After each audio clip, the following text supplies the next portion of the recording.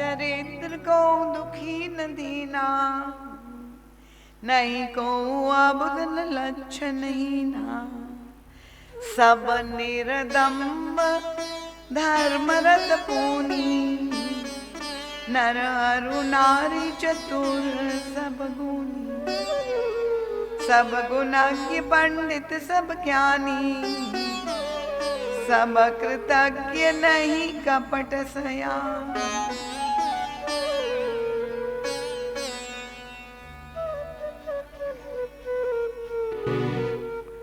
प्रभु के मंगलमय दिव्य नाम स्मरण के साथ सर्वप्रथम मैं अपने परमाराध्य प्रातः स्मरणीय परम वंदनीय अर्चन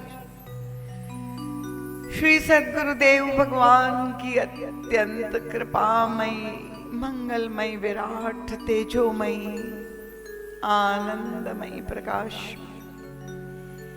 ज्ञानमयी रसमयी दिव्य उपस्थिति को यहाँ पर प्रत्यक्ष रूप से अनुभव करते हुए श्री सद्गुरुदेव भगवान के परम पवित्र कृपामय कल्याणप्रद दिव्य श्री चरण कमलों अपना सिर रखकर साष्टांग दंडवत प्रणाम करती हूँ और यही अंतर्हृदय से प्रार्थना करती हूँ आप ही का एक अत्यंत लघु यंत्र बन आप ही का संदेश सभी भक्तों के समक्ष रख सको, ऐसी बल बुद्धि विद्या और विवेक देने। गुरु चरणों से अनंत हृदय आशीष कोटिशः मंगलाशीष प्राप्त करके भगवती सुरसरी के पवित्र तटवासी सभी रामानुरागी कथा रसिक श्रद्धालु जिज्ञासु प्रबुद्ध एवं सुधी साधक वृंद वंदनीय मातृशक्ति सुदूर से पधारे हुए सभी आगंतुक श्रोता वृंद सभी विशिष्ट विभूतियां जो यहाँ पर समुपस्थित है अग्रिम पंक्ति से लेकर अंतिम पंक्ति तक सबका नाम ले पाना संभव नहीं है, पर आप मेरी भावना से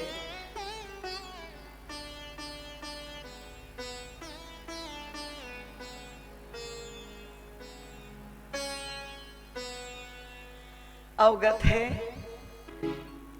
भगवत कथा श्रवण करने की जिज्ञासा लेकर ही आप लोग सभी यहाँ आए हुए हैं, तो आप सभी मेरे लिए समान रूप से विशिष्ट ही नहीं अति विशिष्ट है। आयोजक समिति के सभी सम्माननीय सदस्य वृंद पदाधिकारी वृंद, विशेष प्रसन्नता है आज हमारे मध्य में श्री रामजी त्रिपाठी एवं श्री अमिताभ वाजपेयी जी का भी आगमन हुआ है, उनका भी मैं स्वागत करती हूँ। आप सबका हृदय से अभिवादन करते हुए सबके चरणों में बार बार नमन वंदन और प्रणाम करती हूँ। आइए, जिस उद्देश्य से हम लोग यहाँ एकत्रित हुए हैं, अपना अमूल्य समय निकाल करके आप पधारे हैं, तो पूरी तरह से लाभान्वित होने के लिए प्रार्थनीय है आपका सहयोग, आपकी एकाग्रता। केवल स्थूल शरीर से आपकी यहाँ उपस्थिति दर्ज ना हो, मन बुद्धि चित्त को एकाग्र करके श्रवण करेंगे तो मुझे विश्वास है संपूर्ण सनातन धर्म का जीवन दर्शन गोस्वामी तुलसीदास जी ने श्री रामचरितमानस रूपी अमृत कुंभ में जो प्रस्तुत किया है, युग तुलसी परम पूज्य सद्गुरुदेव भगवान की विलक्षण एवं सूक्ष्म आध्यात्मिक दार्शनिक मनोवैज्ञानिक दृष्टि प्राप्त करके हम उसे आत्मसात हृदयंगम करने का नित्य प्रयास कर रहे हैं। गत 3 दिनों से भगवान श्री राम की त्रेता युगीन लीलाओं की हम लोग समीक्षा कर रहे हैं। राम राज्य की स्थापना में कौन से बाधक तत्व उपस्थित हुए, मानव मन में जो कमियां हैं, जो विकृतियां हैं, जो कमजोरी है, उसका सूक्ष्मता से हम लोग निरूपण करने का प्रयास कर रहे हैं। गोस्वामी तुलसीदास जी महाराज ने महाराज दशरथ और उनकी 3 रानियों का एक आध्यात्मिक रूप प्रस्तुत किया है। क्योंकि आप लोग सभी सुधी श्रोता है और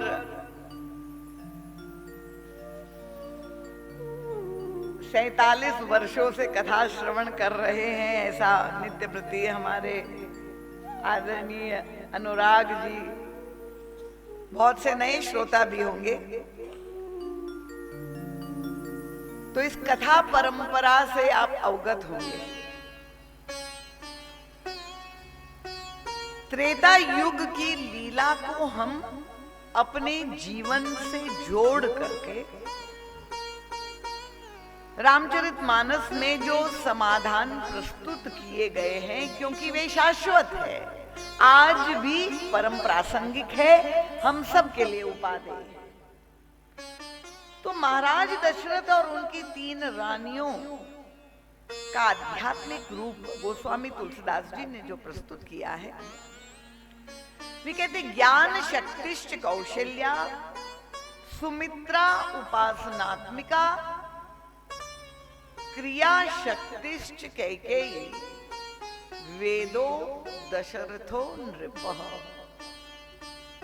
पहले ही मैं बहुत विनम्रता से आपके चरणों में प्रार्थना करूं, अगर किसी को बीच में उठ करके जाने की संभावना भी है तो कृपया अभी उठ करके चले जाए और पीछे जाकर या बैठ जाए। पर कथा में किसी भी प्रकार का व्यवधान उपस्थित ना हो, यह आपका दायित्व है, ना श्रवण में ना कथन में। तब तो आपको इस जीवन दर्शन में रसानुभूति होगी। महाराज दशरथ मूर्तिमान वेद है और उनकी ये 3 रानियां वेद में जो ऋचाएं हैं, जो मंत्र लिखे, इनसे ऋचाएं कहते हैं, ये ऋचाओं की प्रतीक है। और 3 प्रकार की ऋचाएं वेद में हैं, ज्ञान, भक्ति और कर्म। तो ये जो 3 रानियां हैं, महारानी कौशल्या ज्ञान शक्ति है, सुमित्रा जी उपासनात्मिका है और महारानी कैकेयी क्रिया शक्ति की प्रतीक है। तो महारानी कैकेयी अगर क्रिया है तो उनकी ये जो दासी है, क्योंकि रामराज्य में जो व्यवधान उपस्थित हुआ अयोध्या के राष्ट्र में, वह महारानी कैकेयी और मंथरा के द्वारा उपस्थित हुआ। तो महारानी कैकेयी अगर क्रिया शक्ति है तो मंथरा कौन है? और तब गोस्वामी तुलसीदास जी ने तो केवल सारी लीला का वर्णन कर दिया,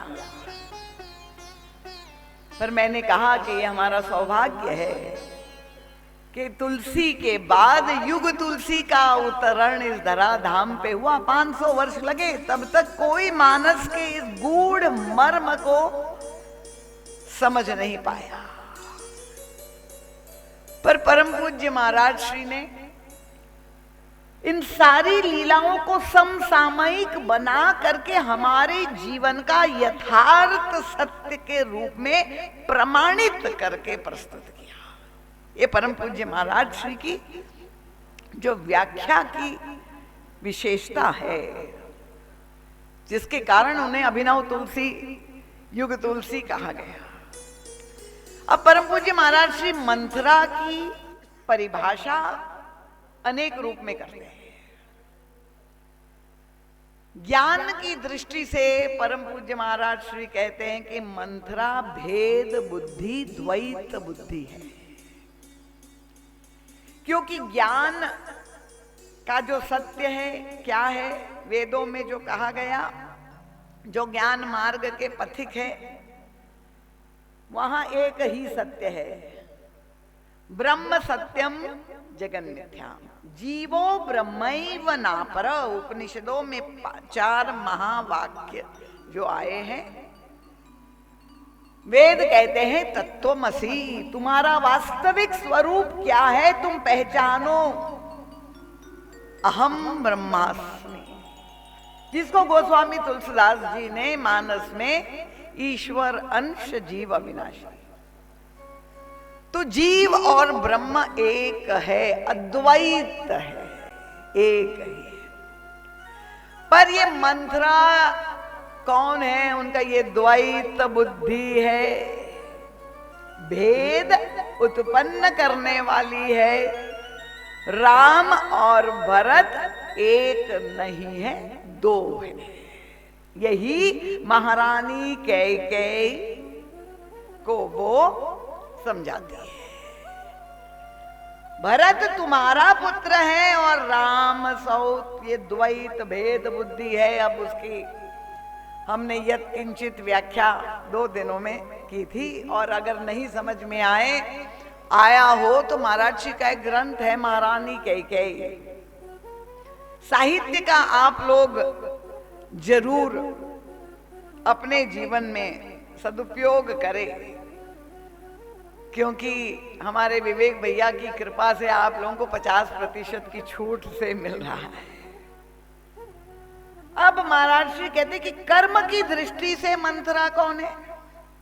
अगर महारानी कैकेयी क्रिया शक्ति है और हम प्रवृत्ति मार्ग पर जितने भी सदगृहस्थ है संसार में, 2 ही तो मार्ग है, या तो प्रवृत्ति का मार्ग है या तो निवृत्ति का मार्ग है। और अधिकांश लोग संसार के ये प्रवृत्ति के मार्ग पर ही चल रहे हैं।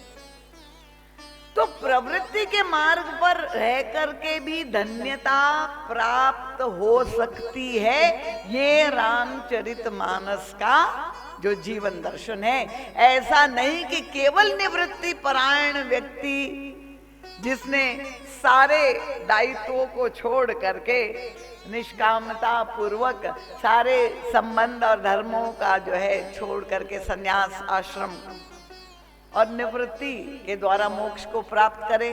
धन्यता का मार्ग है निवृत्ति निश्चित रूप से, पर प्रवृत्ति के मार्ग में भी रहकर धन्यता प्राप्त हो सकती है। ये आदर्श भगवान श्री राम ने स्थापित किया और ये राम राज्य की स्थापना यही उसका प्रमाण है। तो महारानी कैकेयी जो क्रिया शक्ति है और ये मंथरा कौन है कर्म की दृष्टि से, परम पूज्य महाराज श्री कहते हैं ये लोभ की वृत्ति है। अब आप सब मुझसे सहमत होंगे कि व्यक्ति जब कर्म में आरूढ़ होता है, प्रवृत्ति के मूल में, थोड़ी गहराई में गंभीरता से मैं अंतरंग में ले जा रही हूं आपको, चिंतन प्रधान ये कथा है कि जब हम प्रवृत्ति में प्रवेश करते हैं तो प्रवृत्ति के पीछे प्रेरक वृत्ति क्या होती है, ये हम सबको अपने अंतर हृदय को टटोलने का अवसर है। यह आत्मनिरीक्षण के क्षण है। मैं कहती हूँ मानस के आलोक में, मानस के प्रकाश में हम अपने अंतर जीवन को सूक्ष्मता से टटोल रहे हैं। तो कौन सी वृत्ति आपको कर्म करने के लिए प्रेरित करती है? आप धन पाना चाहते हैं, आप उन्नति पाना चाहते हैं, आप विकास पाना चाहते हैं, तो सबके मूल में जो वृत्ति है वो तो लोभ की ही वृत्ति है। अगर लोभ की वृत्ति न हो तो व्यक्ति कर्म ही क्यों करे? प्रवृत्ति करने की कोई आवश्यकता नहीं है। पर क्योंकि हमें उन्नत होना है, आगे बढ़ना है, और इसलिए जो अंदर हृदय में वृत्ति है वो लोभ की वृत्ति व्यक्ति को प्रेरित करती है। पर होता क्या है कि सांसारिक व्यक्ति लोभ से प्रेरित हो करके प्रवृत्ति में प्रवेश तो कर लेता है, आगे भी बढ़ता है, और फिर प्रवृत्ति में उलझ जाता है। और उलझ जब जाता है, जब निकल नहीं पाता, तो उस प्रवृत्ति का ही ग्रास बन करके नष्ट हो जाता है। समझ में आ रहा है ना? कठिन तो नहीं हो रहा है, सबको समझ में आ रहा है। तो इसका मतलब क्या हुआ कि प्रवृत्ति की सबसे बड़ी बाधा क्या है? क्योंकि अब आप मुझे ये प्रश्न करेंगे कि क्या धन की आवश्यकता जीवन ज्ञापन के लिए नहीं है? तो उसका उत्तर तो वही होगा कि ऐसा कोई भी व्यक्ति नहीं है जिसको धनोपार्जन की, अपने जीवनोपार्जन के लिए धन की आवश्यकता ना हो। सबको आवश्यकता है ना? हम लोग सब साथ में चलेंगे। मैंने कहा यहाँ सर्वमत से हम लोग आगे बढ़ेंगे। अगर किसी कोई असहमत है तो जरूर बताए। तो धन की आवश्यकता सब है, पर समस्या क्या होती है? और इसीलिए ये रामचरितमानस और सनातन धर्म का जो जीवन दर्शन है वो कितना संतुलित है। ये कदापि निंदा नहीं कहे कि ये धन के कारण, ये अर्थ के कारण अनर्थ हो रहे हैं। और आज के युग में विशेष रूप से, क्योंकि अर्थ का युग है, और ये भौतिक युग में जहां अर्थ को लेकर हम देख रहे हैं कि क्या स्थितियां हैं, उसमें साधक का जीवन दर्शन, दृष्टिकोण क्या होना चाहिए? अर्थ बहुत सुंदर परम पूज्य महाराज श्री हमें दृष्टांतों के द्वारा भगवानुवाच प्रमाण के साथ समझाते हैं। चाहे गीता हो, चाहे रामचरितमानस हो। भगवान श्री कृष्ण गीता में कहते हैं कि यदीक्षा लाभ संतुष्टो, और मानस में भी गोस्वामी तुलसीदास जी भक्तिमती शबरी के सामने उपदेश देते हुए कहते हैं, शबरी, भक्ति का जो भिन्न प्रकार है उसमें मेरी 8वीं भक्ति है, 8 जथा लाभ संतोष। अब ये 2 शब्द आपके सामने आए, एक है लाभ और दूसरा है लोभ। और ये दोनों शब्द बड़े साहित्यिक है, और उसका जो निर्माण हुआ है वह भी बड़ा सांकेतिक है। लाभ और लोभ, ये जो दो शब्द है, परम पूज्य महाराज श्री अब हमें कितनी तरह से समझाते हैं कि दोनों ही शब्दों में अक्षर तो वही है। लाभ में भी अक्षर ल और भ है और लोभ में अक्षर ल और भ है।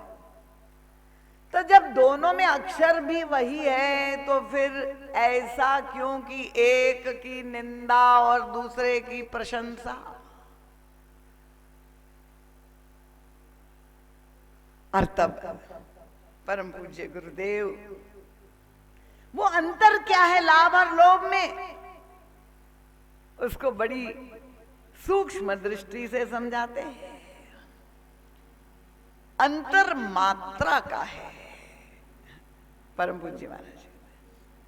अब आप जानते हैं कि जब आपको लाभ लिखना है तो ल अक्षर के साथ आप आ का स्वर और व्यंजन से शब्द बनता है। व्याकरण तो आप जानते हैं, पढ़े लिखे सब सुशिक्षित लोग बैठे हैं। तो आप ल के साथ जब आ की मात्रा लिखेंगे तो क्या बन जाएगा? लाभ बन जाएगा। पर जब आपको लोभ लिखना है तो परम पूज्य महाराज श्री कहते कि देख लीजिए, मात्राएं आपके सामने सब आई, मेरा सदुपयोग करे। अ आया, आ, ई, उ, सभी मात्राएं प्रस्तुत कर रहे, मुझे मेरा उपयोग कर लीजिए। पर वो बढ़ती जा रही मात्रा, उ, ए, ऐ, ओ। क्या संकेत है? साहित्यिक संकेत। मात्रा और जब हमारे अंदर धन पाने की इच्छा बढ़ती ही जाए तो लाभ लोभ के रूप में बदल जाता है।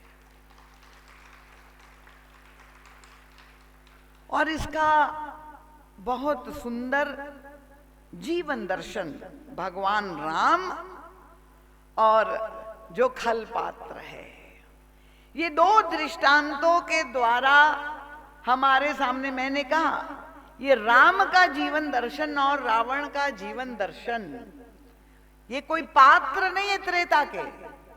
राम और रावण केवल व्यक्ति ही नहीं है, ये दो विचारधाराएं हैं।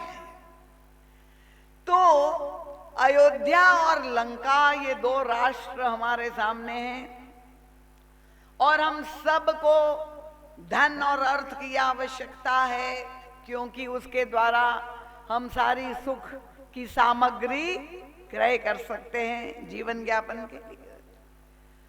तो अयोध्या में क्या सुख संपत्ति नहीं है? अब परम पूज्य महाराज श्री खोज रहे हैं, क्योंकि अवलोकन करते हैं महाराज जी तो पूरे मानस का मंथन करके वो एक एक सूत्र रत्न नवनीत निकाल करके हमें परोसते हैं। तो अयोध्या में तो वहां पर संकेत गोस्वामी तुलसीदास जी ने दे दिया। जिमि सरिता सागर मह जाई, यद्यपि ताहि कामना नाही, तिमि सुख संपत्ति, बिन ही बुलाए धर्मशील पह जाए सुनाए। अयोध्या में भी सुख और संपत्ति की सरिताएं प्रवाहित हो रही है, बिना बुलाए। जैसे नदियां समुद्र की ओर चली जाती है, वैसे सुख संपत्ति की, समृद्धि की नदियां महाराज दशरथ के राष्ट्र राज्य में प्रवाहित हो। तो वहां भी सुख संपत्ति वैभव है। और दूसरी ओर जो रावण द्वारा शासित लंका है, वहां सुख संपत्ति है कि नहीं?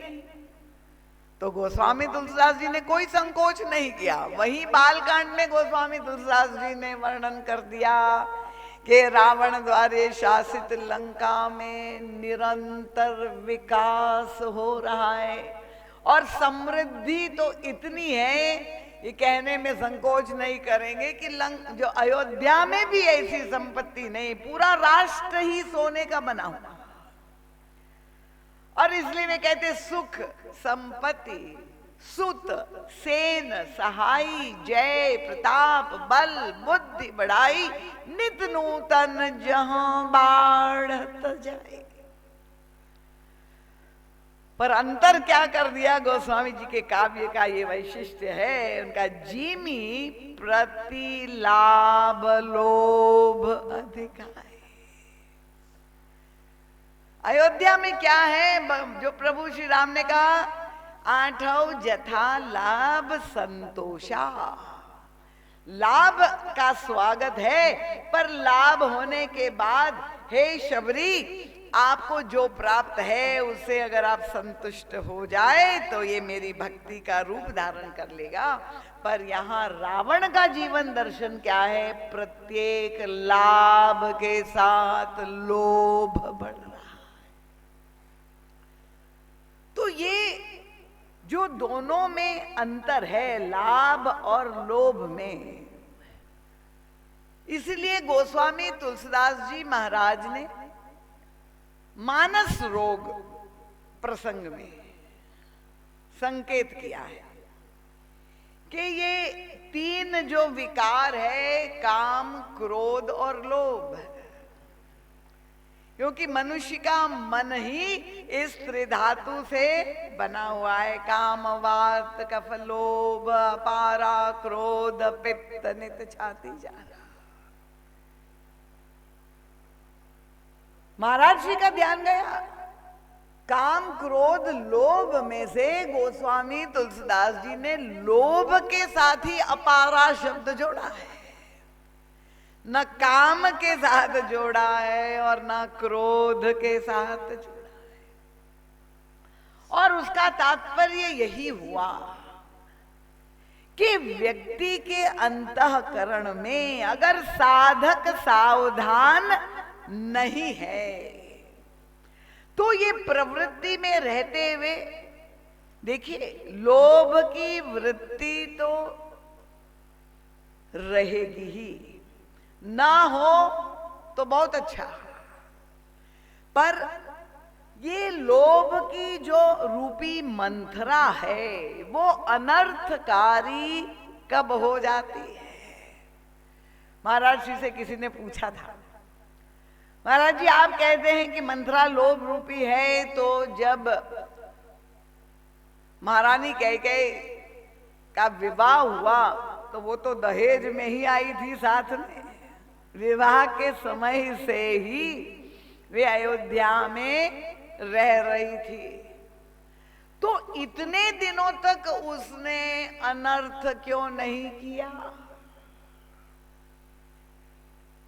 और तब परम पूज्य महाराज श्री के पास जो सूक्ष्म दृष्टि है, यही जीवन जीने की कला, ये सारी वृत्तियां हमारे जीवन में हैं, पर उसका क्रम क्या होना चाहिए। परम पूज्य महाराज श्री ने कहा कि अनर्थकारी इसीलिए, अनर्थ इसीलिए उसने नहीं किया क्योंकि महारानी कैकेयी जो क्रिया शक्ति है वो आगे आगे चल रही थी और दासी के रूप में मंथरा उनकी अनुगामिनी बनकर पीछे पीछे चल रही थी। क्रिया के पीछे लोभ हो तब तक वह अनर्थकारी नहीं होगा। समस्या कब होगी, जब दासी आगे हो गई और महारानी पीछे अनुगमन करने लगी। लोभ आगे हो जाए और क्रिया उसका अनुगमन करने लगे। मंथरा ने पढ़ा दिया, जैसे मैं कहूं वैसे ही तुम बोलोगी, वैसा ही तुम करोगी। तो जो मंथरा ने जैसे कहा वैसे वैसे महारानी कैकेयी करती गई, तो वो लोभ की अनुगामिनी जब क्रिया हो गई तो वनवास हो गया, अनर्थ हो गया। इसीलिए कितना संतुलित जीवन दर्शन है। हमें अपने जीवन में जब लाभ प्राप्त करना है, हमें उन्नति प्राप्त करनी है, पर ये जो प्रवृत्ति मार्ग की सबसे बड़ी बाधा है, लोभ रूपी मंथरा, उससे कैसे हमें अपने आप को बचाना है। और तब परम पूज्य महाराज श्री मानस के ही सारे परिधि में रह करके हमें ये बहुत ही सुंदर समझाते हैं। और उसका संकेत आपको अरण्य कांड में मिलेगा। भगवान श्री राम और लक्ष्मण जी जो एकांत में बैठे हुए हैं, और लक्ष्मण जी एक जिज्ञासु के रूप में प्रभु से जो है वार्तालाप कर रहे, प्रश्नोत्तर कर रहे हैं। और तब यही काम, क्रोध और लोभ, इन तीन के संदर्भ में जब प्रश्न किया तो भगवान राम ने कहा, तात तीन अति प्रबल खल, काम क्रोध अरु लोभ, मुनि विज्ञान धाम महु करई निमिष महक्षोभ। बड़े से बड़े ऋषि मुनियों के जीवन में भी पतन जैसी घटनाएं दिखाई देती है। ये इतने प्रबल शत्रु है मानव मन के जीवन के। अब लक्ष्मण जी का तुरंत दूसरा प्रश्न था कि महाराज, जब आपने ये बता दिया तो ये बताइए कि ये तीनों जो विकार है उनको बल कहां से मिलता है, उनको शक्ति कहां से मिलती है। और तब भगवान राम ने जो उत्तर दिया, आप मानस पाठ करते होंगे, मुझे विश्वास है, तभी आप उसका आनंद ले पाएंगे। भगवान राम ने कहा कि लोभ की इच्छा दंभ बल, काम की केवल नारी, क्रोध के परुष वचन बल, मुनि बर कहे वो विचार। अब ये तीन खल है, तो उन्होंने कहा काम को बल कैसे मिलता है, काम वृत्ति आपके अंतःकरण में, क्योंकि धातु के रूप में मन काम क्रोध लोभ से बना हुआ है, त्रिधातु से। पर ये धातु विकार रोग कब बन जाती है, जब उनमें संतुलन समाप्त हो जाता है और मात्रा बढ़ जाती है, तब असंतुलन मनुष्य के मन में और जीवन में दिखाई देता है। तो उन्होंने कहा काम की वृद्धि कब होती है, काम को बल कहां से मिलता है, उनका नारी सौंदर्य को देख करके व्यक्ति के अंतर मन में काम वासना जो है जागृत हो जाती है, बढ़ जाती है। तो काम का बल है नारी सौंदर्य। क्रोध को बल कहां से मिलता है?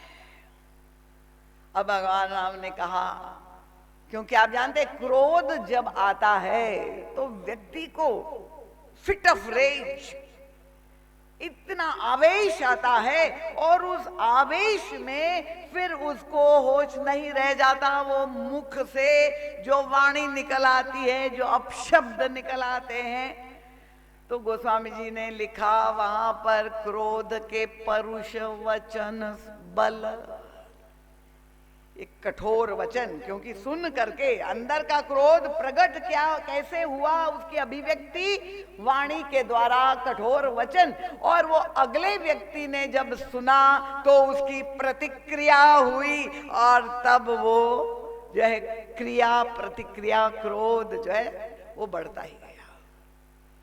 तो ये जो दो विकार है, काम और क्रोध, उन दोनों के तो एक एक बल है। पर भगवान राम कहते हैं लोभ जो है, देखिए आप सभी साधक हैं, कृपया ध्यान से, बहुत गंभीर प्रसंग में किसी ने मुझे कहा, दीदी माँ आप तो पीएचडी लेवल की कथा कह रही है। मैंने कहा कि यहाँ डीलिट के स्टूडेंट्स बैठे हैं, तो इसलिए मुझे साहस हो रहा है कि मैं, अगर आप सहयोग न दे तो मैं बोल ही नहीं सकती, पर आप समर्थन करते रहते हैं इसलिए मैं साहस करती हूँ। क्योंकि नित्य जो श्रोता आ रहे हैं वो यही प्रतिक्रिया कि दीदी माँ इतना रस, इतना आनंद बढ़ रहा है कथा में, तो इसलिए ये जो रसानुभूति आपकी बुद्धि में प्रकाश और उसमें जाके चित्त में जाके ये कथा समाहित हो जाए, तो लोभ की वृत्ति को बल कहां से मिलता है? भगवान राम कहते हैं लोभ के इच्छा दंभ बल। अब इच्छा होना, लोभी व्यक्ति के हृदय में कामना है, इच्छा है, ये तो स्वाभाविक है कि भाई धन पाने की इच्छा है, हमें करोड़पति बनने की इच्छा है। इच्छा अगर है ये एक बल है, और इसीलिए अगर इच्छा से हम और प्रवृत्ति में और बढ़ाते जा रहे हैं और विस्तार कर रहे हैं, वो तो एक बल हुआ।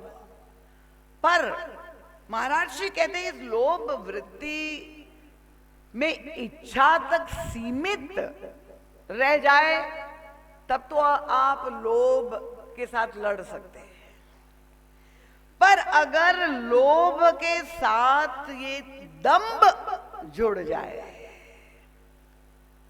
तब तो वो निश्चित रूप से सर्वनाश का कारण बनेगा। ये दंभ क्या है? अब आपके मन में ये प्रश्न आएगा, दंभ किसको कहते हैं?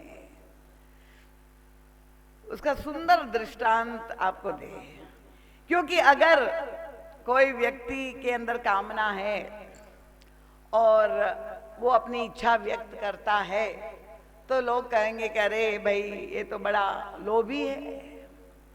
पर कुछ लोभी बड़े चतुर होते हैं, क्योंकि समाज में लोग ऐसा ना कहें कि भैया ये तो बहुत लोभी है, तो लोभी व्यक्ति को बहुत ही आदर से नहीं देखा जाता है, निंदा की दृष्टि से देखा जाता है। और तब ये जो चतुर लोभी होते हैं वो क्या करते हैं? प्रदर्शन ये करते हैं कि मुझ में तो बिल्कुल भी लोभ है ही नहीं, कोई इच्छा मेरे अंदर है ही नहीं। तो दंभ का मतलब क्या है? कि जो नहीं है वृत्ति उसका प्रदर्शन करना।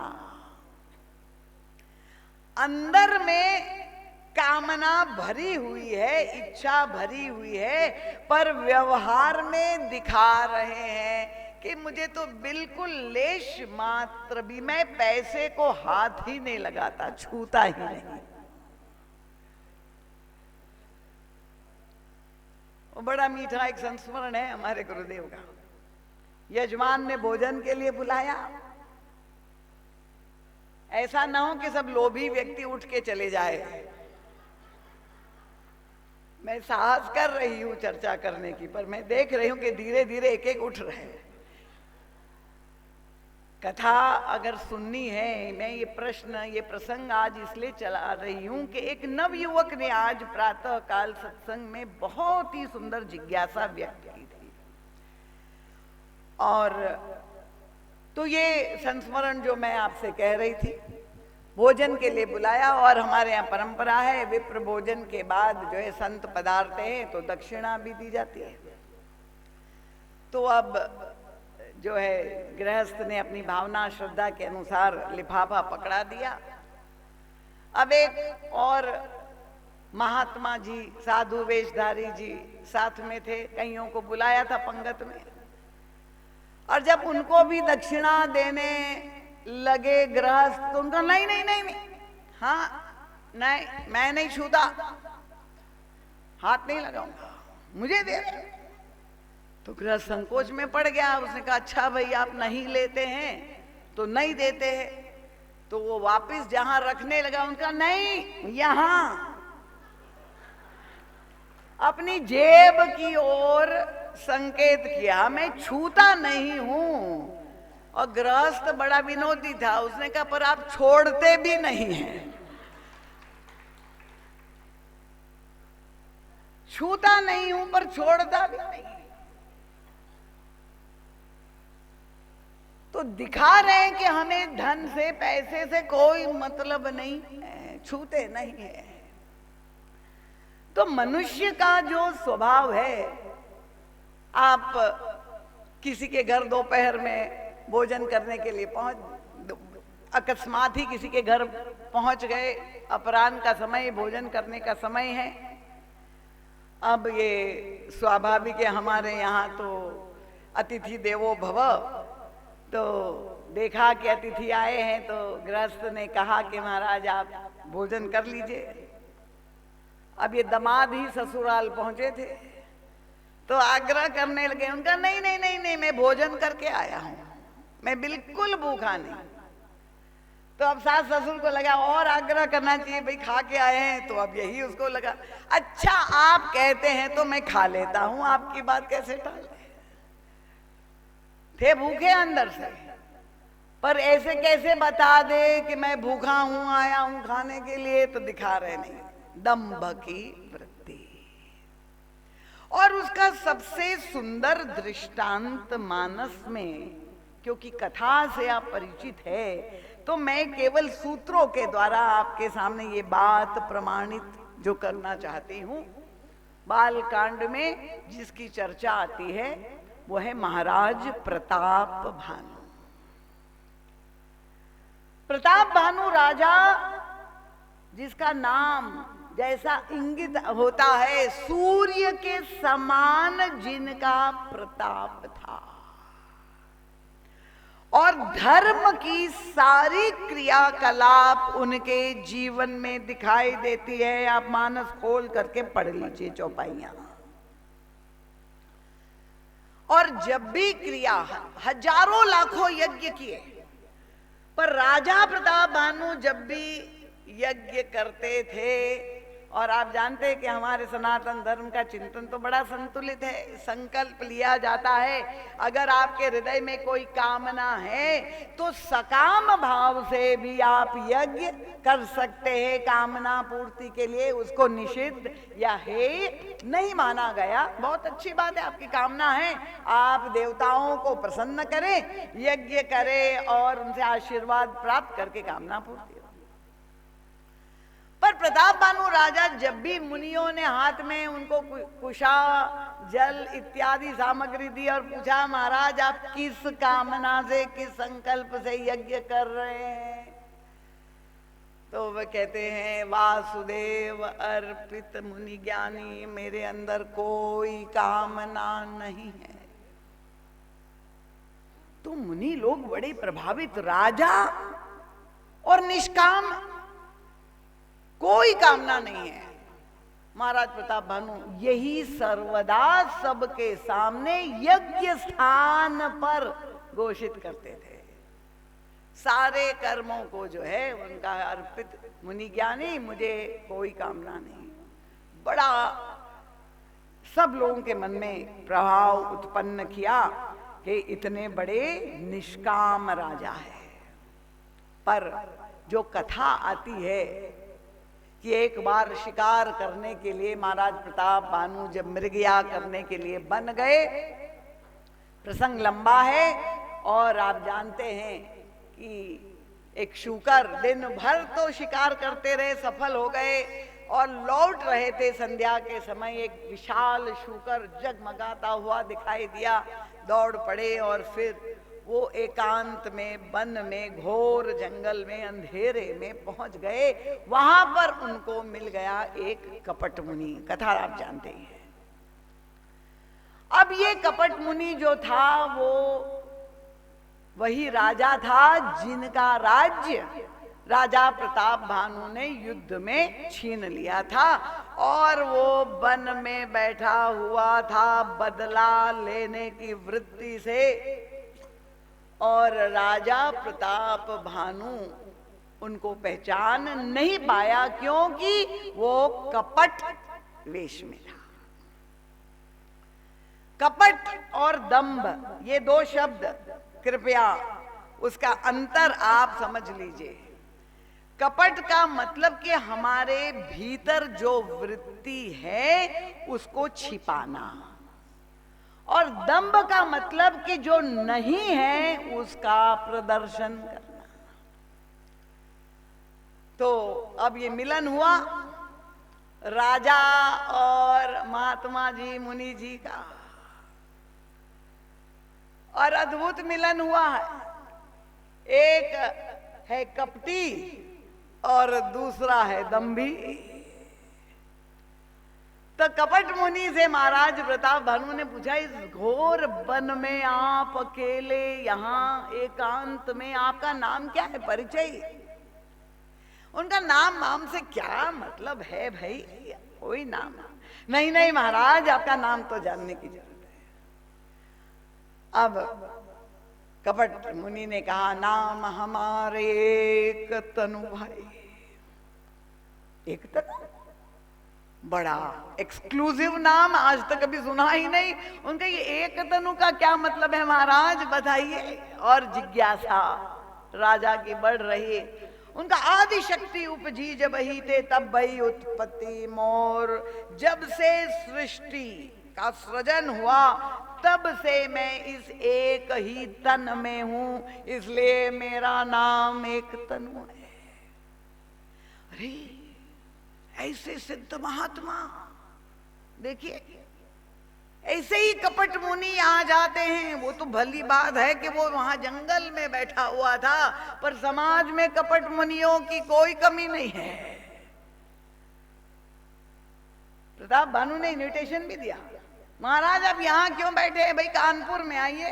अब आप देखिए क्या दरबार लगेगा आपका, चमत्कारी महात्मा एक तनु, बड़ी भीड़ लग जाएगी। उनका नहीं, हमें सिद्ध कोई नाम, कोई फॉलोइंग, क्योंकि आज का युग है इंस्टाग्राम फेसबुक का युग, आपके इतना फॉलोइंग हो जाए ना, नहीं हमें कुछ नहीं चाहिए। ठीक है, अब वार्तालाप हुआ और तब कपट मुनि ने प्रताप भानु से पूछा, मैं बड़ा प्रसन्न हूं तुम पर, वरदान मांगो। अब देखिए प्रताप भानु जो यज्ञशाला में बात कह रहा था सारे संसार के सामने, वही बात यहां दोहरा दी फिर से। उनका चारे पदार्थ करतल मोरे। चार पदार्थ क्या है? पुरुषार्थ के चार फल, अर्थ, काम, धर्म, मोक्ष। चारों फल मुझे प्राप्त है, मेरे हृदय में कोई कामना नहीं। कितनी बड़ी बात है, बिल्कुल निष्काम हूं, निर्लोभी हूं, कोई कामना नहीं, प्रताप भानु राजा कह रहा है। पर कपट मुनि जानता था, उसने कहा नहीं महाराज, एकांत का क्षण है, देखिए कोई नहीं सुन रहा है, ना कोई देख रहा है, केवल तुम और मैं दोनों अकेले हैं। अरे बता दो जो भी कामना तुम्हारे हृदय में है, मैं तथास्तु कहूंगा, तुम्हारी सारी इच्छा पूरी हो गई। और तब महाराज प्रताप भानु के हृदय में छिपी हुई कामना की गठरी खुल जाती है। महाराज से कहते हैं एक दंभी और एक कपटी। अब आप देखिए, एक महात्मा एक राजा। अब कोई भी दंभी हो सकता है, आवश्यक नहीं, राजा भी और महात्मा भी। और महाराज जी कहते ये तो दो ठगों का युद्ध था, और दो ठगों के युद्ध में जो बड़ा ठग है वो जीत जाता है। अखबारों में अक्सर आप पढ़ते, भोले भाले गृहस्थ को साधु ने, अब लिखना तो यही पड़ेगा, साधु वेशधारी था, हो गया साधु तो था नहीं। राजीव भैया पढ़ते रहते कि नहीं? साधु वेशधारी ने लड़की का अपहरण कर दिया, बलात्कार कर दिया। बोले भाले गृहस्थ। तो दो ठगों की लड़ाई। एक कपटी और दूसरा दम्भी। और अब तब ये दंभ जो वहां पर प्रकट हुआ, प्रताप भानु की मांग शुरू हो गई, महाराज ज्यादा कुछ नहीं चाहिए, बस थोड़ा सा। आप कह रहे क्या इच्छा है बोलो। देखिए अब इच्छा और दंभ, ये दो वृत्तियां जब मिल जाती है, उनका जरा मरण दुख रहित तनु। ना मैं वृद्ध हूं, फिर कभी मृत्यु ना हो, शरीर में कभी रोग ना हो, जरा मरण दुख रहित तनु, समर जितेऊ जनी को, एक छत्र रिपुहीन मही, राज कल्प सत हो। 100 कल्पों तक एक छत्र राज्य। कपट मुनि सोचने लगा कि मैं तो अपने एक छोटे से राज्य के लिए परेशान हूं, और ये इनकी मांग देखिए, 100 कल्पों तक एक छत्र राज। इतनी बड़ी कामना की गठरी, और बाहर दिखा रहा है कि मुझे कुछ भी नहीं चाहिए। ये दंभ की वृत्ति। इसलिए भगवान श्री राम ने जब ये कहा, निर्मल मन जन सो मोहि पावा, मोहि कपट छल छिद्र न भावा। ये एक एक शब्द बड़ा महत्वपूर्ण है। ये कपट और दंभ के द्वारा आप दूसरे को छलने का जो प्रयास करते हैं, ये महानतम धर्मात्मा के जीवन का दृश्य हम देख रहे हैं। प्रताप भानु धार्मिक राजा, क्योंकि अक्सर जिन लोगों ने मानस को बड़ी हड़बड़ी में पढ़ा है, गीता को रटा हुआ है, कथाओं को सुनिए, यही कहते हैं जब कोई ऐसे प्रसंग बनते हैं प्रवृत्ति मार्ग में, संसार में, तो कहते हैं अरे ये तो इतना धार्मिक व्यक्ति था, उनके जीवन में इतना क्लेश, इतनी समस्या क्यों आई, इतना दुख क्यों आया, इसने इतने सत्कर्म किए थे। देखिए बहिरंग रूप से प्रतीत होने वाली क्रिया का नाम धर्म नहीं है, धर्म के पीछे वृत्ति क्या है ये महत्वपूर्ण है।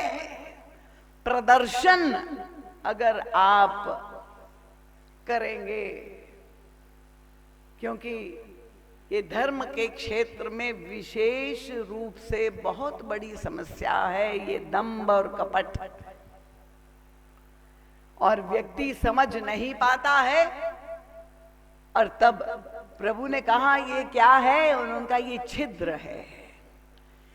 तो आपके बैंक बैलेंस में आपने करोड़ों रुपया दान किया, आपने लाखों यज्ञ किए, क्योंकि ये कपट मुनि केवल प्रताप भानु के सामने नहीं, आप देखिए इनको पहचानना कितना कठिन है इस दंभ को। हनुमान जी महाराज के सामने भी एक कपट मुनि आया था, कथा जानते हैं ना, काल नेमी। पर वो किस वेश में बैठा है, कपट वेश में ही बैठा ना काल नेमी, मुनि वेश में ही तो बैठा हुआ था वो काल नेमी, साधु बन करके ही बैठा था। और साधु ही नहीं, कथावाचक, राम कथावाचक था, कथा सुना रहा था। और श्री हनुमान जी महाराज भी उसे नहीं पहचान पाए। दंभ को पहचानना कितना कठिन है। और वो कथा अगर मैं ले लूंगी तो प्रसंग दूसरी दिशा में चला जाएगा। तो ये कपट मुनि की बात में प्रताप भानु आ गए, और परिणाम क्या हुआ कि महान धार्मिक राजा अगले जन्म में राक्षस हो गया, रावण बन गया। ये सारा पुण्य जो किया था वो छिद्र के द्वारा, छल के छिद्र के द्वारा सब बह गया। अब आप अपने आप को साधुवाद देते रहिए, पीठ थपथपाते रहिए कि मैं तो बहुत धर्म कर्म कर रहा हूं, पर ये आत्मनिरीक्षण करने की आवश्यकता है। क्या संसार वालों को दिखाने के लिए, प्रदर्शन के लिए सत्कर्म है हमारे जीवन में, या ईश्वर की प्रसन्नता के लिए हमारा कर्म है? तालियां कमजोर है, इसका मतलब सहमत नहीं है आप। अब आप आइए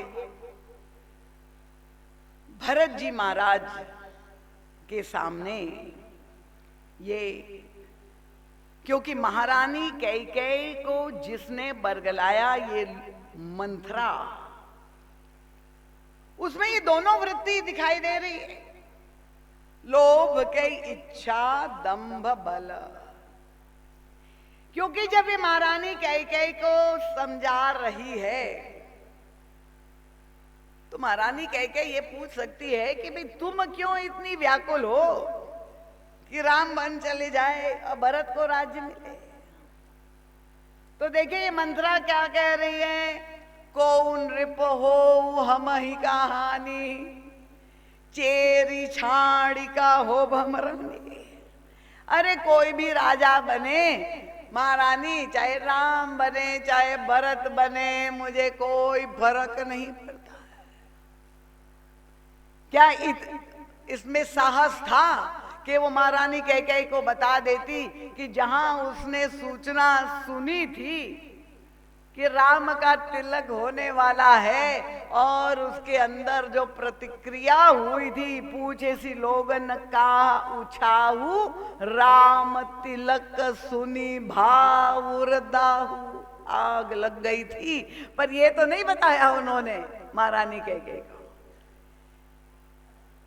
उनका मुझे क्या फर्क पड़ता है, पर उनका महारानी तुम बहुत भोली हो और मैंने तुम्हारा नमक खाया है,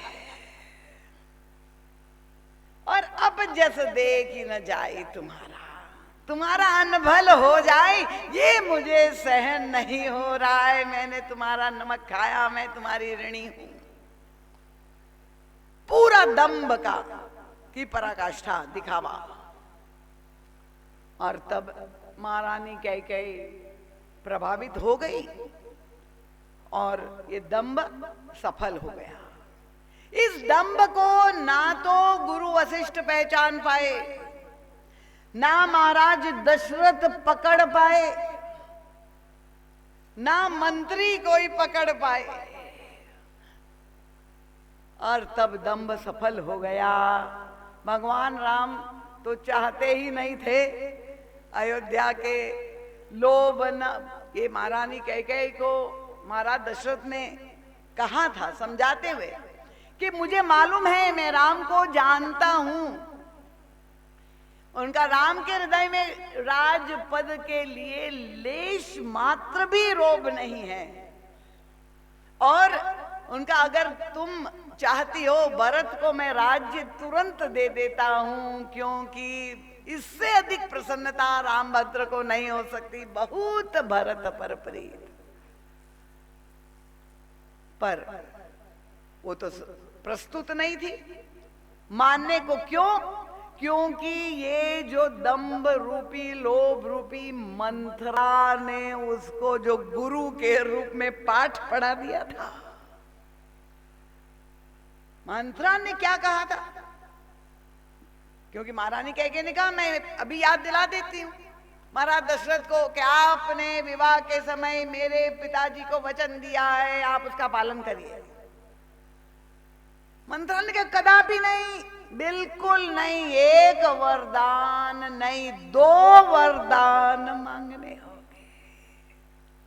लोभी व्यक्ति जब भी मांगेगा, देखो लाभ तुम्हें हो रहा है, एक वरदान की पूर्ति हो रही है, पर वो एक से संतोष नहीं है, लोभ और चाहिए, उनका 2 वरदान मांगने।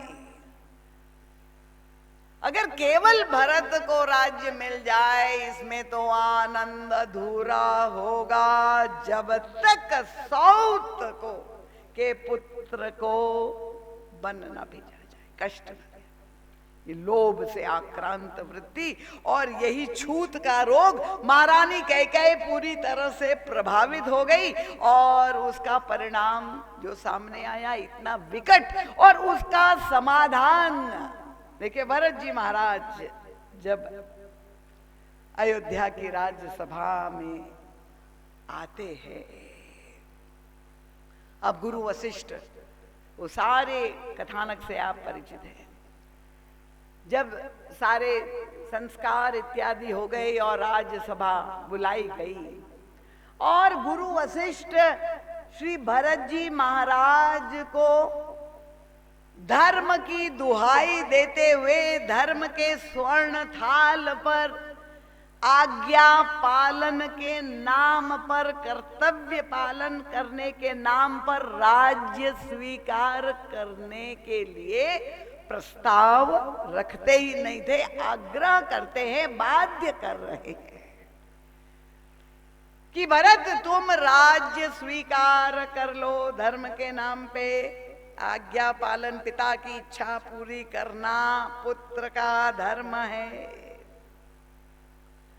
और भरत जी महाराज जब उत्तर देने के लिए खड़े हुए तो पहला वाक्य जो भरत जी महाराज ने के मुंह से निकला, गुरु पितु मातु स्वामी हित बानी बिनहि विचार करिय शुभ जानी। अब जैसे ही भरत जी ने कहा गुरु पिता माता की आज्ञा बिना विचार करे जो है पुत्र को शिष्य को मान लेना चाहिए, ये पहला वाक्य सुनते ही जिन लोगों के मन में भरत जी के प्रति विरोधी भाव था, ये विरोधी सब तुरंत प्रसन्न हो गए। देखो राज लेने की भूमिका बन गई। दिखा यही रहे कि भाई मेरे अंदर तो इच्छा बिल्कुल नहीं है, दम्भ, पर अब राज सत्ता के प्रति इच्छा व्यक्ति में होती है कि हमें भी सिंहासन मिल जाए, राजपद मिल जाए। अरे अगर पार्टी का कार्यकर्ता हो, कोई छोटा मोटा भी पद मिल जाए, इसी के लिए इतने ललायित रहते हैं। राजपद की तो बात है, ये तो अयोध्या का राज सिंहासन। और भरत जी ने जैसे ही कहा तो बड़े प्रसन्न हो गए, देखिए अब भूमिका बन गए। अब अगला वाक्य वो बोलने ही वाले, गुरु पितु मातु स्वामी हित बानी बिनय विचार करी शुभ जानी कहने के बाद भरत जी ने कहा मैं और न मानू, गुरु की आज्ञा, पिता की आज्ञा, माता की आज्ञा तो माननी ही चाहिए, पर मैं बिल्कुल नहीं मानूंगा। तो लोग चकित हो गए, क्यों नहीं मानेंगे आप कह रहे हैं? देखिए भरत जी ने दंभ को अपने आसपास कहीं भटकने भी नहीं दिया। ये जो सूक्ष्म अंतर्दृष्टि भरत जी के पास है, ये सारा षड्यंत्र को समझने में उनका जो ये विवेक परिप्लुत, उनकी जो प्रज्ञा है, उनकी प्रेम से भरी हुई, समर्पण से भरी हुई उनकी जो तीक्ष्ण दृष्टि है, जो गुरु वशिष्ठ नहीं पकड़ पाए थे, वो भरत जी महाराज ने वो अंतर्दृष्टि सारी सभा के सामने प्रकट की। उनका गुरु की आज्ञा मानना धर्म है, पिता की आज्ञा मानना धर्म है, माता की आज्ञा धर्म है, पर मैं सबसे पहले गुरुदेव को पूछना चाह रहा हूं, आपसे अधिक कौन अच्छी तरह से भली प्रकार से जानता है कि मेरे पिताजी की अंतिम इच्छा क्या थी? महाराज दशरथ की तो एक ही इच्छा थी कि राम को राज तिलक कर दे, राज्याभिषेक होता है। तो ये गुरु कह सकते हैं कि ठीक है महाराज दशरथ की इच्छा नहीं, पर मां की आज्ञा मानना भी तो धर्म है।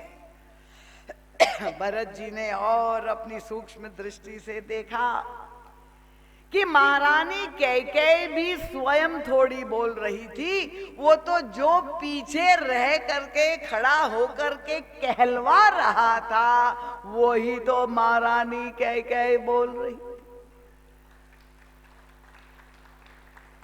क्योंकि महारानी कैकेयी से मंथरा ने जब ये शुरू में थोड़ा झगड़ा लगाने का प्रयास किया था तो प्रारंभ में तो उसने बड़े रोष का परिचय दिया था और उनको फटकार भी लगाई थी कि पुण्य से कबहू कहसी घर भोरी तो धरी जीभ कड़ावो तोरी, तेरी जिह्वा काट करके फेंक दूंगी, हे घर भोरी। और तब मंथरा कितनी धैर्यशाली थी, उसने कहा अच्छा आप मेरी जिह्वा कटवाएंगी, पर याद रखना अगर मेरी जिह्वा कटेगी तो आपकी जिह्वा पर बैठ करके भी बोलेगी। और यही मंथरा ने किया। भरत जी महाराज कह रहे हैं कि अगर गुरुदेव की आज्ञा मानना धर्म है और माँ की आज्ञा पिता की आज्ञा मानना धर्म है, पर दासी मंथरा की आज्ञा ये तो लोभ की आज्ञा है और लोभ की आज्ञा मानना धर्म नहीं है, मैं नहीं स्वीकार करूंगा। तो ये सूक्ष्म दृष्टि जो षड्यंत्र हुआ है और यही गलती प्रवृत्ति में रहने वाले हम लोग सब करते रहते हैं कि लोभ की वाणी को ईश्वर की वाणी के रूप में हम लोग सुनते हैं। अगर किसी के, हम लोगों का तो नित्य का अनुभव है, किसी के जीवन में कुछ गलत हुआ, अनर्थ हुआ और पूछे कि भाई कैसे हुआ, तो क्या बताए, भगवान की इच्छा, भगवान ने ही ऐसा कर दिया। हम अपने अंदर की कमी देखने के लिए, परखने के लिए अपने आप को तैयार नहीं है। और इसलिए वो एक सज्जन महाराज श्री के संस्मरण सुनाते थे, भोपाल में इलेक्शन में खड़े हो गए, सब पत्रकार पहुंच गए कि भैया आपका क्या है मैनिफेस्टो इलेक्शन का बताइए। तो उनका कुछ नहीं, प्रचार कोई जरूरत नहीं, तो फिर तुम क्या जीतने की कल्पना कर रहे हो? उनका हाँ बिल्कुल जीतूंगा। कैसे? स्वप्न में मुझे भगवान कृष्ण ने दर्शन दिया कि लोग वोट दूसरे को करेंगे और सब तुम्हारे डिब्बे में आ जाएंगे और तुम जीत जाओगे। तो ये अंदर की कामना, इच्छा है, वो स्वप्न में कृष्णाकार बन करके हम अपने आप को ही धोखा देते हैं। तो लोभ की वाणी को हम ईश्वर की वाणी अगर मान लेंगे, और भरत जी महाराज बड़े सावधान हैं, और प्रवृत्ति मार्ग में चलने वाला व्यक्ति अगर सावधान नहीं होगा तो निश्चित रूप से वो प्रवृत्ति का ग्रास बन जाएगा। पर इतना बड़ा त्याग करने वाले महाराज श्री भरत जी महाराज, अयोध्या का राज्य, देखिए राम राज्य कब बनता है? ये भरत नाम के पात्र के द्वारा हम अपने निज जीवन में राम राज्य की स्थापना के लिए ये विश्लेषण कर रहे हैं। भरत जी महाराज को क्या ये लग रहा है कि मैंने बहुत बड़ा त्याग किया? स्वदृष्टि से भरत जी महाराज, क्योंकि हमारे गुरुदेव तो सबसे बात कर लेते थे। अयोध्या का राज्य कोई साधारण राज्य नहीं था। अवध राज, सूर राज लजाही, देवताओं के इंद्र जो वहां स्वर्ग है उनको भी संकोच अयोध्या की समृद्धि देकर। और दशरथ धन सुनी धनद लजाई, कुबेर को भी लज्जा आती थी, इतनी संपत्ति थी अयोध्या में। और उस राष्ट्र का संचालन भरत जी महाराज कैसे करते? उनका तेही पुर बसई भरत बिनु रागा, चंचरी जिमी चंपक बागा। क्या उपमाएं अद्भुत गोस्वामी तुलसीदास जी ने। महाराज जी ने भरत जी महाराज से पूछा कि इतना बड़ा त्याग आपके जीवन में आपने, जो किसी के जीवन में ऐसा आदर्श नहीं दिखाई देता। भरत जी महाराज ने कहा, आप ये गलत फहमी बिल्कुल मत पालिए, मेरे जीवन में कोई त्याग नहीं, मैं तो पक्का लोभी हूं, पक्का स्वार्थी हूं। देखिए, असली स्वार्थी हूं, असली लोभी हूं, भरत जी ने कहा। क्यों? उनका मुझे जो राजपद दे रहे थे वो मुझे बहुत छोटा लगा। इतना छोटा पद मुझे ऐसा लगा कि नहीं, हाथ लगाने के लिए नहीं, मेरे अंदर जो लोभ है वो बहुत बड़ा पद पाना चाहता हूं। कौन सा पद पाना चाहता हूं? आपन दारुण दीनता सब ही कहो सिर नाई। बड़ी सभा में हाथ जोड़ करके कह रहे, मैं दीन हूं, मैं दारुण दीनता से ग्रस्त हूं। मैं प्रणाम करके आप सबसे कह रहा हूं कि मेरे अंदर जो लोभ है, मैं जिसको पाना चाहता हूं, गुरुदेव को स्पष्ट कह दिया, तुम चाहो सुख मोहवश। गुरुदेव और कभी ऐसा कह सकते हैं कि अयोध्या में जो समस्या उत्पन्न हुई उसका समाधान, भरत तुम राज्य को स्वीकार कर लो। नहीं नहीं, आपकी बुद्धि भी मोह के वशीभूत हो गई है। भरत के प्रति आपका जो मोह है, आप मुझे सुख देना चाहते, इसलिए ये इतना दीन है, उसको राजपद दे दो। पर भरत जी कह रहे, मेरी दीनता साधारण नहीं है, ये राजपद से मिटने वाली दीनता नहीं, मैं दारुण दीन हूं। और ये दारुण दैन्य कैसे मिटेगा? उनका देखे बिनु रघुबीर पद जिय की जरनी न जाए।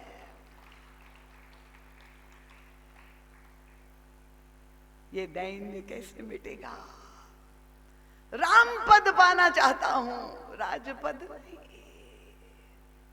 और इसलिए गोस्वामी तुलसीदास जी ने भरत जी महाराज की भावना को समझते हुए उनको लोभी के रूप में वंदना प्रसंग में प्रस्तुत किया।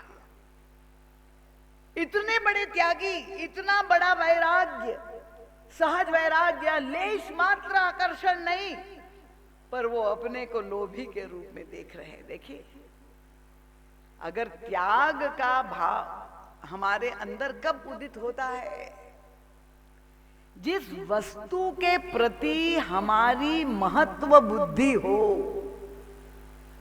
उस वस्तु को हम अस्वीकार करें, तब तो हमें लगे ना कि मैंने बहुत बड़ा त्याग किया। भाई, मुझे जो है वो थैला करोड़ रुपया का ला करके दे रहे थे विवेक भैया, पर मैंने अस्वीकार कर दिया, तो मैं कितना बड़ा त्यागी हूं। पर भरत जी महाराज कहते, मैं तो असली लोभी हूं, असली स्वार्थी हूं। ये क्षुद्र राजपद नहीं नहीं। और इसलिए भरत जी महाराज की वंदना गोस्वामी तुलसीदास जी कहते, बंदव प्रथम भरत के चलना। ये भरत जी के चरणों में नमन करता है। वो कह रहे हो, मेरा तो ध्यान घड़ी की वजह, उनका राम चरण पंकज मन जासु लुबुध मधुप इव तजई न पासु। श्री राम चरणों के प्रति उनके हृदय में जो प्रीति है, लोभी भ्रमर से भरत जी महाराज के मन की तुलना की है।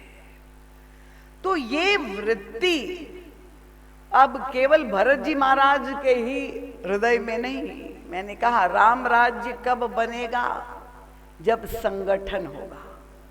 और महाराज भगवान राम के संगठन में भरत जी के अलावा हनुमान जी भी है और लक्ष्मण जी भी है, शत्रुघ्न जी भी है। अब श्री हनुमान जी महाराज के सामने देखिए, वो प्रवृत्ति मार्गी नहीं है, वो तो बाल ब्रह्मचारी है, कोई सांसारिक संबंध नहीं, सब दायित्वों से मुक्त किया है। पर वो भी कर्म करेंगे कि नहीं करेंगे? उनको भी कार्य सौंपा है। क्या है? सीता जी को खोजना है, प्राप्त करना है, शांति रूपा भक्ति रूपा सीता जी को पाना है। तो चाहे निवृत्ति मार्ग में आप चल रहे हो, चाहे प्रवृत्ति मार्ग में चल रहे हैं, ये लोभ की बाधा सर्वत्र आएगी। और हनुमान जी के सामने आया कि नहीं प्रलोभन? आया कि नहीं? जानते हैं ना, साधारण नहीं, पूरा पहाड़, स्वर्ण का पहाड़ चमचमाता हुआ। जल निधि रघुपति दूत विचारी, तय मैनाक होई श्रम हारी। और तब हनुमान जी महाराज ने अस्वीकार कर दिया। लोभ की वृत्ति नहीं है, यही दिखाई दे रहा है। पर परम पूज्य महाराज श्री को तो संतोष नहीं होता है। हनुमान जी से जाके महाराज श्री ने प्रश्न पूछ दिया, इतना बड़ा आकर्षण सोने का पहाड़ चाचा के रूप में आया, विश्राम का निमंत्रण लेकर आया, और कौन ऐसा भला व्यक्ति हो सकता है कि ऐसा आकर्षण सोने के पहाड़ का, ऐसा धनवान चाचा जिसकी सोने की खदानें हो, वो कह रहे आओ भतीजे थोड़ा एक रात सो लो, मैं तुम्हें रोकूंगा नहीं, कल चले जाना। जो सर्वोच्च लक्ष्य लेकर के चला है, ऐसे साधक के जीवन में प्रलोभन अवश्य आते। केवल गृहस्थ धर्म में, प्रवृत्ति मार्ग में नहीं, निवृत्ति परायण बड़े बड़े महापुरुषों के जीवन में आते। हनुमान जी ने लीला में हमारे सामने आदर्श प्रकट किया। हनुमान जी ने अस्वीकार तो कर दिया, पर परम पूज्य महाराज श्री पहुंच गए कि महाराज आपने क्यों अस्वीकार कर दिया? हनुमान जी ने कहा बड़ी मीठी बात कि ये जो अन्वेषण करने में जा रहा हूं, श्री सीता जी की खोज में हमारे प्रभु और मातेश्वरी दोनों का जो वियोग हो गया है, कथा मुझे मालूम है, उसका कारण कौन बना, किस कारण से वियोग हुआ? नकल जो है स्वर्ण मृग, हमारे बेटे क्षितिज का ये प्रश्न था आज प्रातः काल। उनका ये जो है स्वर्ण मृग को अगर हम व्यवहारिक भाषा में कहे, ऐश्वर्य पक्ष भगवान का अगर अलग कर दे और यही माने कि ये सोने का मृग सामने खड़ा है, तो ये गोल्डन अपॉर्चुनिटी इसको कहते हैं। तो जो भी बालक अपना करियर बनाना चाहते हैं और भविष्य के लिए चिंतित है, प्रयासरत है, तो उनके सामने ऐसे स्वर्णिम जो है अपॉर्चुनिटीज, अवसर आते हैं, जो ये स्वर्ण मृग उसका प्रतीक है। तो हम कैसे निर्णय करें कि हमें इसको स्वीकार करना चाहिए कि नहीं चाहिए? जब उसने सुबह ये प्रश्न किया, मैं इतनी प्रसन्न हुई। मैंने कहा बेटा शाम को क्षितिज मिश्रा सबके सामने इसका उत्तर मैं तुम्हें दूंगी। तो हनुमान जी महाराज ने महाराज श्री को ये बात बताई कि मैंने ये समझ लिया कि प्रभु और किशोरी जी के वियोग का कारण बना वह स्वर्ण मृग, और वो मृग जो था वो तो नकली स्वर्ण का मृग था, ये तो असली स्वर्ण का पहाड़ है। इसलिए मैंने कहा इसको तो दूर से ही प्रणाम, नहीं तो जीवन में संकट हो जाएगा। लीला के द्वारा प्रभु ने बता दिया। लक्ष्मण जी महाराज के मन में भी यही प्रश्न आया कि ये बताइए, जब किशोरी जी ने वो स्वर्ण मृग, देखिए ये मोह रूपी रावण के द्वारा भेजा हुआ है स्वर्ण मृग, है ना, मारीच को बना करके भेजा था आकर्षित करने के लिए।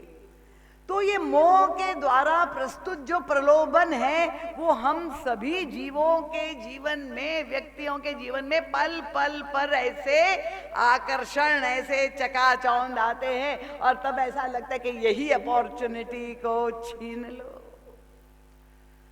तो लक्ष्मण जी महाराज ने भी जब ये व्यवहार देखा, श्री किशोरी जी प्रभु को इंगित करके कह रही है, प्रियतम मुझे ये सोने का मृग चाहिए, और रट लगा दी, जीवित हो सके तो जीवित ले आइए और नहीं तो मार भी दे तो भी आप मृत शरीर ले आइए, मैं उसका मृग चर्म बनाऊंगी, अगर जीवित ले आएंगे तो उसको पालूंगी, उसके साथ खेलूंगी। लक्ष्मण जी चकित हो गए, उनका ये कौन बोल रहा है?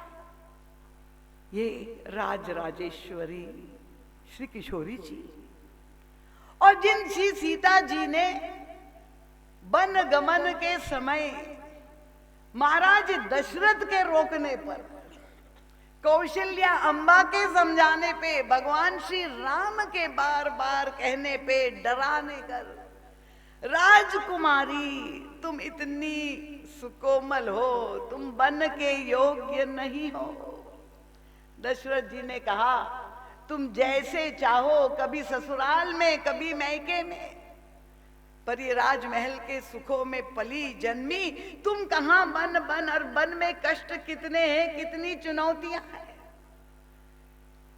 पर ये सारे राजमहल के सुख, वैभव, आकर्षण कोई श्री किशोरी जी को विचलित नहीं कर पाया।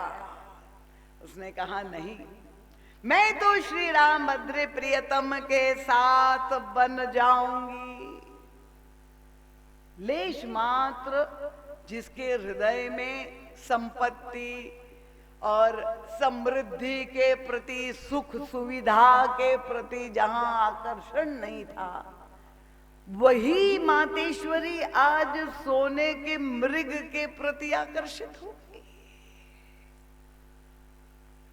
यही श्री सीता जी ने लीला के द्वारा हमें समझाया है कि जब सारे स्थूल भोग वैभव का त्याग करके वन में प्रभु के साथ रही, एकमात्र प्रभु प्रियतम का संग चाहिए, और उनकी स्थिति क्या थी वन में? उनका सीय मन राम चरण अनुरागा, अवध सहस सन बन प्रिय लागा।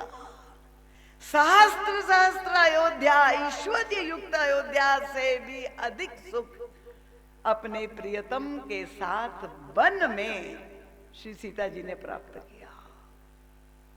और एक सोने का मृग जब सामने आया और उन्होंने प्रियतम से, प्रभु से जब मांग कर ली, तो प्रभु तो दौड़ पड़े, और जब प्रभु चले गए, श्री सीता जी को प्रभु लीला में यही शिक्षा दे रहे थे कि जब तुम्हें मुझसे ज्यादा स्वर्ण के प्रति महत्व बुद्धि है तो लो मैं चला जाता हूं, अब तुम स्वर्ण के राष्ट्र में ही पहुंच जाओ।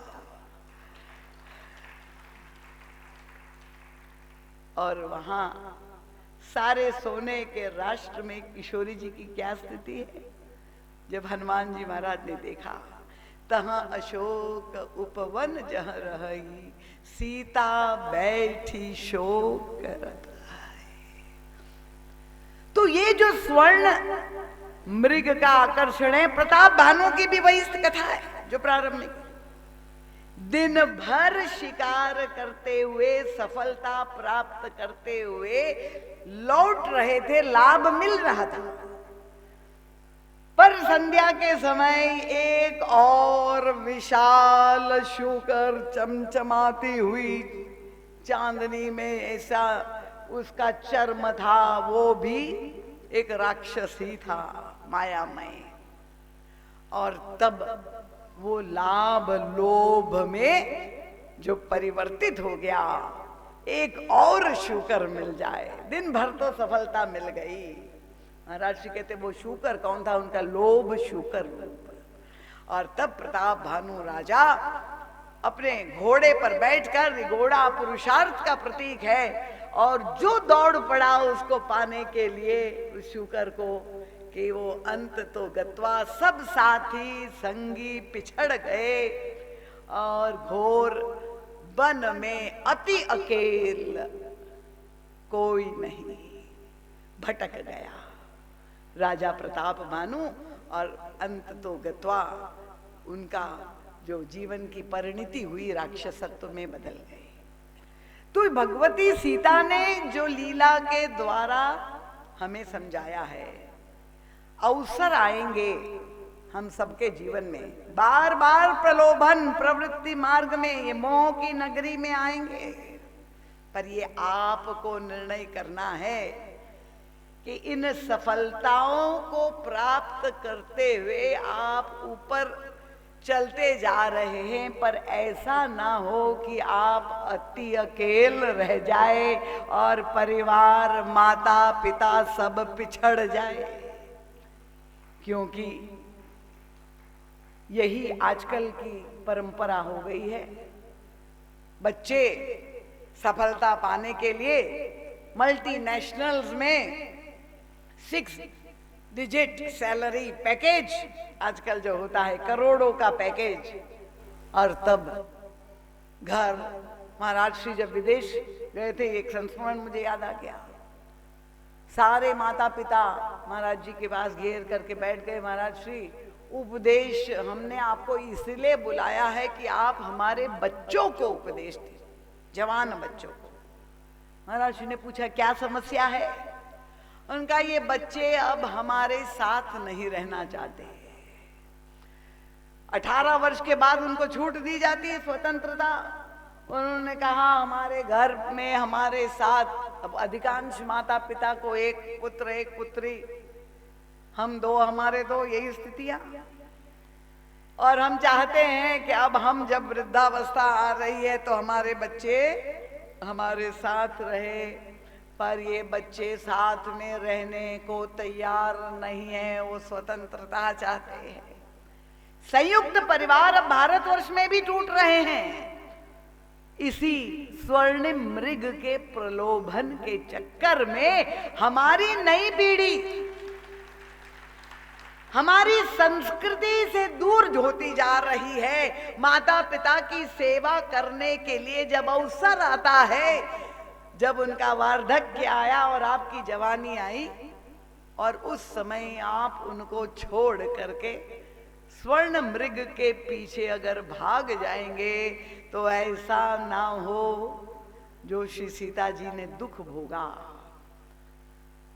वो महाराज श्री ने उस परिवार में उपस्थित सभी लोगों को यही कहा। गुजराती परिवार था, तो मूल निवासी भारत के थे, पर अब एनआरआई वहां के निवासी हो गए। महाराज श्री ने कहा उनको तो मैं, आपके बच्चों को तो उपदेश दूंगा, पर पहले मैं आपको उपदेश देना चाहता। सबने पूछा क्या?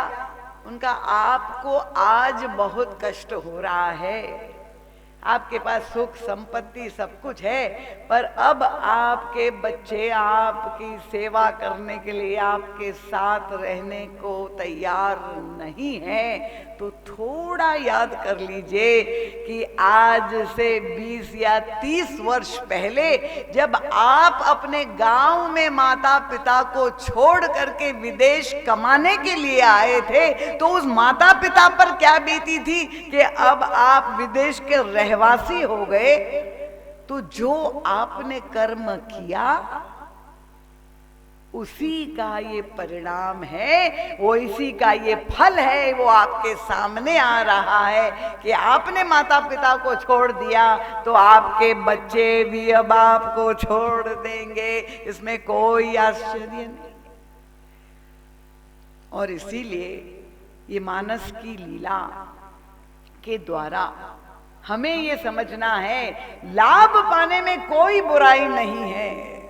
प्रवृत्ति मार्ग पर चल रहे हैं, पर ये कहीं लाभ लोभ का रूप न ले ले, क्योंकि जब हम लोभ से ग्रस्त हो जाएंगे तो हम केवल आत्म केंद्रित हो करके सारे निर्णय करेंगे, फिर वो परिवार का सुख, क्योंकि अगर आप एक बार आपको लगेगा कि हमने ये अवसर गोल्डन अपॉर्चुनिटी छोड़ दी, पर वो गोल्डन अपॉर्चुनिटी छोड़ करके आप माता पिता की सेवा की अपॉर्चुनिटी, वो तो डायमंड अपॉर्चुनिटी है, उनकी सेवा जब आप करेंगे तो कितना आशीर्वाद आप पर बरसेगा कि आप उसकी कल्पना भी नहीं कर सकते।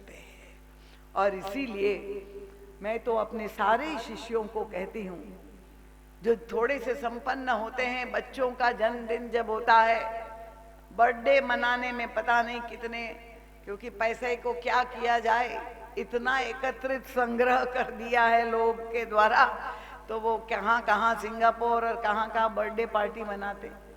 मैं कहती हूँ कि आप केवल अपने लिए समस्या बुला रहे हैं ये करके। अगर आपके पास समृद्धि है और आपके बच्चे का जन्मदिन है, तो उस बच्चे को ले जाइए अनाथ आश्रम में, ले जाइए उनको वृद्ध आश्रम में, और वहां पर जा करके मिलने दीजिए वहां के बच्चों को और वृद्ध को, और उनकी मनस्थिति, उनकी परिस्थिति देखने दीजिए। तब उनके अंदर ये भावना, ये विचार जागृत होगी, और जो उनको प्रिय है वो वितरण करिए, बांटिए सबके साथ। जो अभावग्रस्त है उनको जब आप बांटेंगे तो इतना आशीर्वाद आपके बालक को जन्मदिन पे मिलेगा, वो बर्थडे पार्टी में करोड़ों रुपया खर्च करने पर आपको नहीं मिलेगा। तो इसलिए ये जो प्रभु की लीला है, उनके जो पार्षद है भरत जी महाराज के समुद्र के समान गंभीर और गहरे व्यक्तित्व में इतने रत्न है कि भगवान श्री राम ने ये जो मंथन प्रारंभ किया, 14 वर्ष की वियोग की मथानी बनाकर, और उसका पवित्रतम उद्देश्य था वो नए नए रत्न भरत जी के व्यक्तित्व और चरित्र से प्रकट हुए, जो सारे समाज के लिए परम कल्याणकारी हुए, और आज भी उनका व्यक्तित्व एक आदर्श है।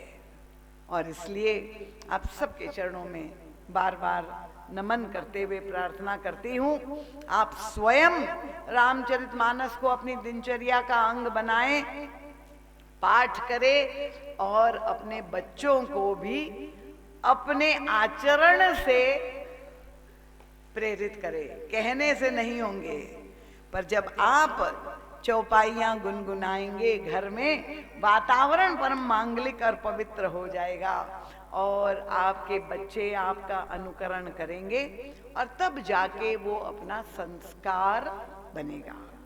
तो ये जो हमें दिव्य धरोहर, ये विलक्षण चिंतन तुलसी और युग तुलसी की कृपा से प्राप्त हुआ है, उसे हम अपने जीवन में, कथा में उपस्थित होकर केवल ताली बजाना उचित यथेष्ट नहीं है, जब तक हम अपने जीवन में उसको चरितार्थ नहीं करें। तो ये नैतिक बल हम में होना चाहिए, ये साहस होना चाहिए कि नहीं, ये मेरे जीवन में कमियां हैं, उसको हमें परखना है, जानना है, समझना है, और उस पर कार्य करना है कि किस तरह से हम इन विकृतियों से ऊपर उठ करके ऐसी परिस्थितियों का निर्माण हमारे घर परिवार में हो कि राम राज्य जैसी स्थितियां आज भी उत्पन्न हो। महाराज श्री का दिव्य साहित्य जो आया हुआ है, यथार्थ मानस जिसे मैं कहती हूँ, ये 100 ग्रंथ, उसका अवश्य लाभ ले। और जो आप सबके पास वो स्मार्टफोन है, उसका अनेक दुरुपयोग होते हुए भी ये सदुपयोग भी आप कर सकते हैं कि YouTube में महाराज जी की सारी कथाएं चैनल पे, जो आश्रम के चैनल्स है उससे अपलोड की जा रही है, उससे भी नित्य प्रति श्रवण करेंगे। एक सूत्र भी अगर मिल गया 10 मिनट के लिए, 15 मिनट के लिए भी अगर आपने श्रवण कर लिया, तो भी हो सकता है कि वो आपका बहुत बड़ा पाथेय बन सकता है। उस दिन कोई समस्या संकट आने वाला हो और वो वाणी उस समय आपके लिए परम कल्याणकारी सिद्ध हो सकती है। इन शब्दों के साथ बहुत बहुत नमन करते हुए आप सबके चरणों में बार बार प्रणाम करती हूँ।